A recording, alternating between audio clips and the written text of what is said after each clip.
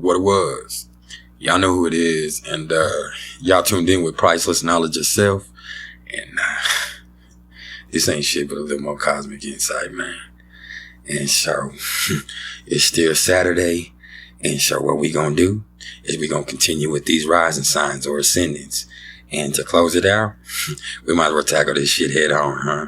So this right here, this gonna be a little something about those people that have Aries rising in their natal chart.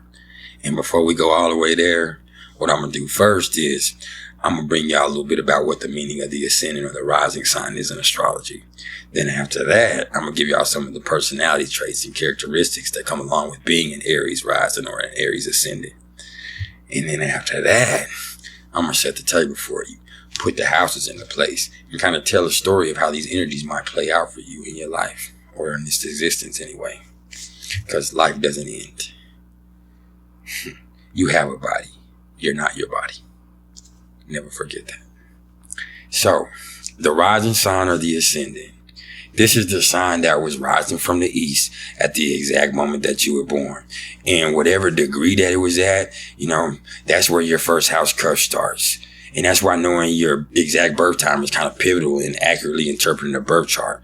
It also sets the table and puts your houses into place, which can really tell the story of your motherfucking life if it's read the right way. If it's read the right way. It plays a big part of the big three that consists of the sun, the moon, and the rising, which really make up the basis of our personality. So the ascendant is going to be how you come across to other motherfuckers. It's your outward personality. It's the sign that you kind of seem like you are to others. And sometimes your ascendant is the same as your sun or your moon, or maybe your sun and the moon are the same. And that's cool. Then the force is strong with you, my friend. But oftentimes it's not. Oftentimes it's varied in all three. And a balance is cool. And it's not better or worse either way, okay? We're all just unique individuals. Okay? And whatever planet that rules the sign that is your rising sign or your ascendant, that's called your chart ruler. And you're going to want to pay attention to the house placement of that planet to really see some insight into how motherfuckers rock and, you know what I'm saying, see how it might play out for you, because that energy is going to be prominent in your life, I promise you. You know what I'm saying? The ascendant is, or the rising sign, this is the vehicle that you use, I'd say, to get to the sun sign, whereas the moon sign is the engine, y'all. And some people was getting on my ass because I called it the mask. And hey, man, I'm not going to say that because I take everybody's opinion into consideration, but I do my own studying. I've been doing this for years. These are my dissertations and this is my opinion. If you don't like it, you know what to do. This is a platform that's beautiful. You can go make you a channel and do your thing. Okay. But this is observation. This is years and years in study. Plus, I am an expert. But I really just say that your ascendant is how you seem. And it's your personality in a way. But your sun sign is the kind of the whole package. And your moon sign is who you are internally. In Vedic, it be how you think. And in Western, it's how you feel. Which are kind of aligned, don't you think, most of the time? Just think about it. Anyway. So let's talk about Aries rising. And I know y'all gonna want to whoop my ass off the rip because that's how y'all get down. And y'all gonna think I'm clowning. But the first thing that y'all gonna notice about a lot of Aries rising is that motherfucking head, man. Whether it be the size of that motherfucker or that distinct square shape that kind of comes to the forehead, or those motherfucking fiery eyes that they have. I mean, those eyes that kind of dare you to jump at all times. It's something about that shit up top that is significant, man. That is significant, not insignificant. Excuse me. They're extremely strong, physical motherfuckers filled with dynamism and assertiveness who are gonna follow their motherfucking goals relentlessly. Relentlessly, man. They're straight up and quick to act. If they detect disrespect, there is gonna be an issue. Like, that's no question about it. Is you about it? Cause they body. For real. You know what I'm saying? They like to compete and they love to be winning at some shit. they're naturally dominant motherfuckers. And, they'll run your ass over. They will if you let them. They lack in patience, and it's extremely frustrating for them to be behind some slow ass motherfuckers who don't know what the fuck is going on. Like, they ain't with that, man. Like, they probably drive real fast too, man. Be aggressive drivers, man. These are aggressive drivers that are all up on people's tail and shit. Like, hurry up, go. You know what I mean? They're impulsive, you know what I'm saying? They make decisions extremely quickly, and they're also known to have the quickest of the motherfucking switches and tempers, man. If shit gets too motherfucking heated, they're going to want to fight. Like, they are going to want to go in your mouth, and they're liable not to say nothing else about it. That's just being real. And that's what a lot of prominent Aries placements. Like, when they get past the point of talking, like, trap. Niggas liable to slap the cowboy shit out your ass. That's real, man. That's real, That's something they're going to have to keep a handle on, though. At the same time, I love that they don't hold no grudges. They ain't gonna hold no grudges. If y'all got into it yesterday, they can leave it there. So that's admirable too, man. That's admirable too, man. On another note, please also understand that these are true motherfucking go-getters in every sense of the word.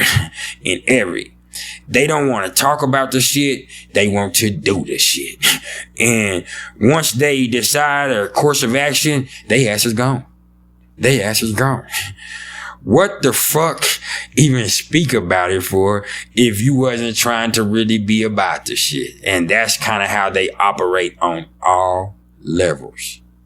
And you might not like it.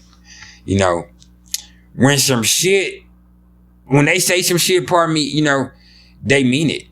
And a fight goes with it. And they're direct. They're direct and can typically be counted on to spare you the motherfucking bullshit. And that's also respectable, or it can be destructive to you if you're in the way of whatever they feel like is progress or whatever the fuck. Or if they feel like you disrespect it, because it's going to be an issue. In relationships, they're actually more like their opposite sign of Libra, though. And that's a little secret that people don't talk about. And it's because of how they conduct themselves the rest of the time that nobody tends to fucking notice. Plus, that's really reserved for those two exclusively. And so that's what's crazy with that. They don't want a whole bunch of that shit in their relationships. Whereas the Libra rising, they want all that smoke. You're going to recognize them in a crowd by their fucking fiery, sparkling eyes. That's two. I have to emphasize this. Think about Lady Gaga, you know what I'm saying? In the way she be looking. Or even a Ginger Z that be on Good Morning America, the weather lady. Like, her eyes are intensely fiery, man. She's an Aries rising. They have like a confrontational aura and gaze. Those are both perfect examples right there. You know what I'm saying? Every day, every minute, every second is a new experience to an Aries rising person, and their eyes reflect it. It's like somebody that just woke up, or the sparkle in the eyes of a baby that came into the world for the first time, man. They have a very distinct and sexy fashion sense that kind of, dares you to want to know more. You know what I'm saying? They know no fear. Especially when their blood gets to boiling, which ain't hard because it's usually sitting right at a motherfucking simmer most of the time anyway. and that's a motherfucker to deal with too. These are no bullshit, no nonsense motherfuckers who respect actions more than anything else. And they're leaders who ain't scared to get in the trenches, and the world does need that. The world does need that, no doubt. So, now, we're going to set the table, y'all, and put the houses into place so we kind of understand how this works out. And fortunately for us, the Aries rising chart, all the houses are at home where they're supposed to be. Everything's where it's supposed to be. So all we're doing is going around the wheel in the order that it's going accordingly. So, let's get it going, partner. So the first house is Aries, and it's ruled by Mars, which we pretty much talked about all this shit just now. They're aggressive, you know what I'm saying? Emphasized head or square forehead, fiery eyes, confrontational energy, strong, ambitious, you know what I'm saying? Driven, quick tempered, you know what I'm saying? They will fight, but also forgive. And they're passionate. They're passionate. So the second house, this is Taurus, and it's ruled by Venus, and they value financial security. They value financial security a lot, and they're stubborn as hell about their shit. Maybe even stingy a little bit. And, you know, they ain't scared to get their hands dirty, but they want to see the tangible results of the shit that they've been working on. Like, it has to mean something. You know what I'm saying? And they get money. Like Taurus in the second house, that's money. It's at home there. Just like in the third house right here, it's Gemini, and it's ruled by Mercury. And they probably got along pretty good with their family and their siblings. And they're adept communicators and they're quick thinkers. And they like to play a little bit with their speech, and they will gossip with you. They're love to talk about other people's business, but they're not going to share too much of their own. I can also say that I've noticed about them. And they're pretty much, you know, will touch on anything with you. They have quick minds, like I said, and they like to conversate, little light conversation. They do like that. The fourth house is Cancer, and it's ruled by the moon. And, you know, they know how to separate work from home. And they might have had a mom that was a Cancer, or at least exhibited some of those Cancer qualities. And they love their fucking family, and their roots mean something to them. And they're trying to make sure that they carry on those traditions of their family.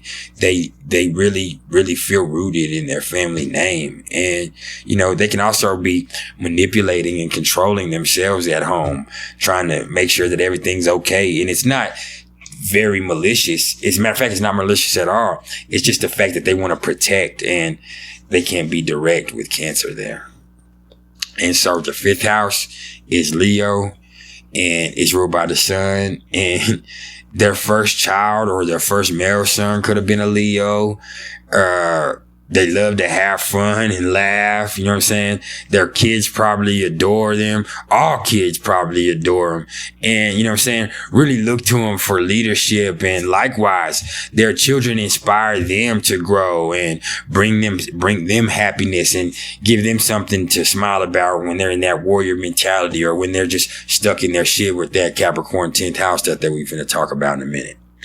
And so the sixth house is Virgo, and it's ruled by Mercury also. They're very organized, and getting into a routine is important to them. They're very keen on showing up on time. You know what I'm saying? They would prosper in the service industry or as an organizer of some sort. You know what I'm saying? They kind of might make enemies at work because, you know, they are going to show up every fucking day and do their motherfucking job. And they might talk a little bit of shit about it. And that's the thing. And if they don't feel like you're bringing your part, they're the type that's going to let you know at work. And you just got to understand that, you know, they are going to show up to that job faithfully. Like, these are hard working individuals. Like, man, and they're here to serve. And so the seventh house is Libra, and it's ruled by Venus, and they value harmonious relationships, and they want a partner who is more beautiful than everybody else's, even mentally. They're so motherfucking aggressive that they need a partner that calms them down and evens them out and makes them smile. You know what I'm saying? They want to come home to somebody that's peaceful to them, that balances their shit. They're hopeless romantics too. They probably watch a lot of if they're a female, they watch a lot of romantic comedies and shit. Like, that's something about it. No matter how tough and hard they shit like is, they want a real romance that's just fairy tale. It might not even be something that is obtainable. I'm sorry. And, you know, they just want somebody that makes them smile. So the eighth house is Scorpio and Pluto. And they're secretive motherfuckers who have shit that nobody fucking knows about them. Not their best friends or their motherfucking mama or their partners. They inherently understand that people are fucked up and they don't trust much or nothing. And in a sexual sense, they're willing to be nastier than you could ever imagine, because that's how they get their power, man. That's how they get their power. But it might be repressed because they fear intimacy. So that's another thing. They might have to deal with that.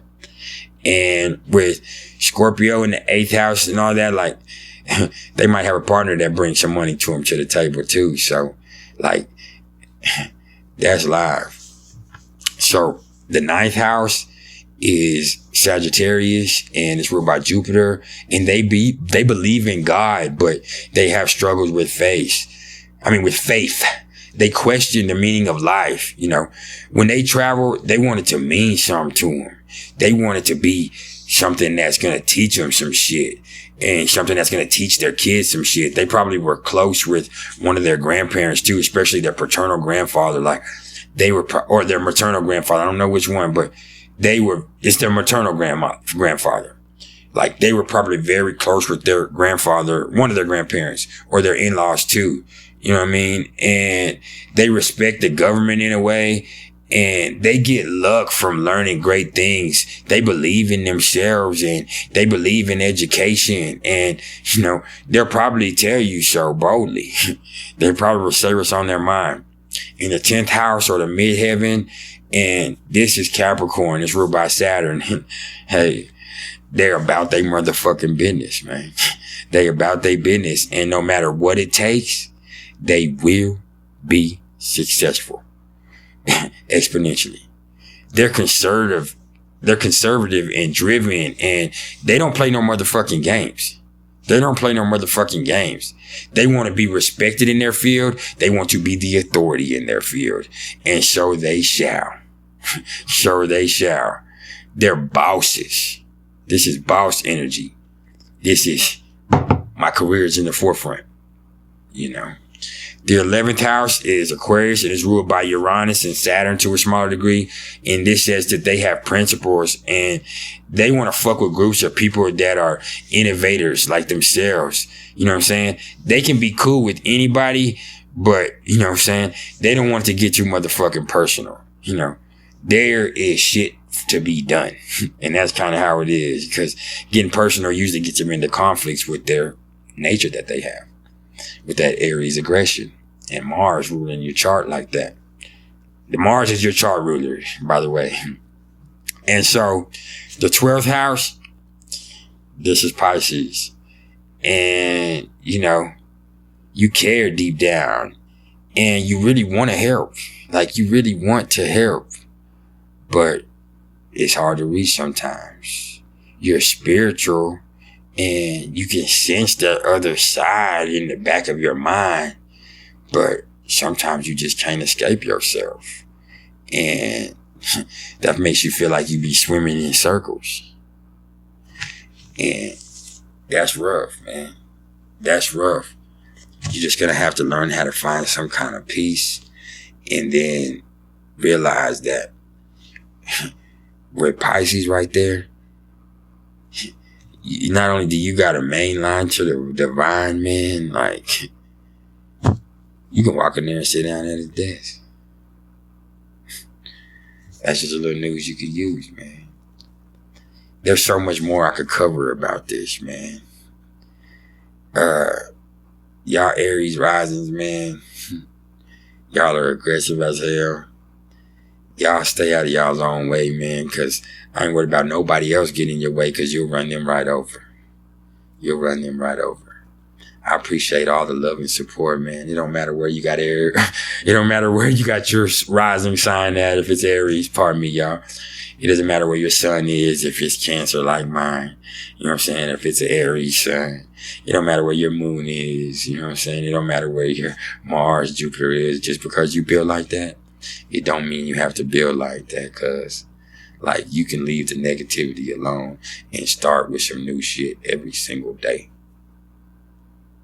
If y'all fuck with me, please like, share, subscribe. If you're interested in the astrological readings whatsoever, you can either hit me up in the comments below or email me at mr.turner1300@gmail.com. And until next time, man, I love y'all.